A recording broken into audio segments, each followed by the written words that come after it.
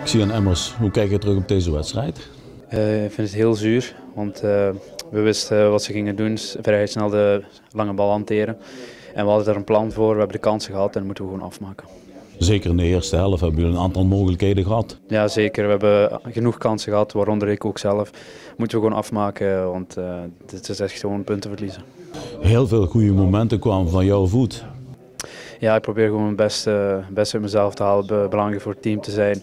Jammer dat het vandaag niet volledig lukt met een doelpunt of een assist.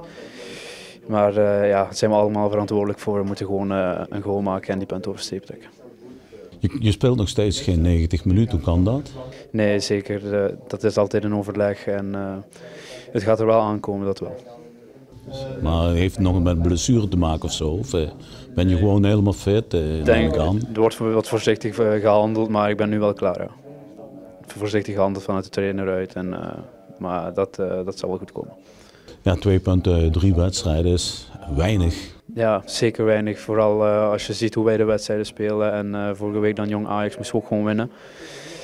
Ja, dan is dat extra zuur.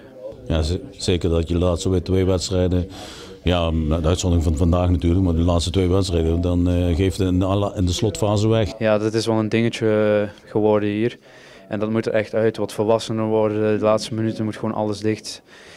En ja, dan is het heel zuur, want je ziet de manier hoe we spelen. We hebben wel vaak de overhand, maar we moeten het gewoon afmaken en niks meer weggeven de laatste minuten. Dan moet het maandag maar in Maastricht gebeuren. Ja, zeker. Nu kunnen we niet meer. We moeten gewoon. We moeten.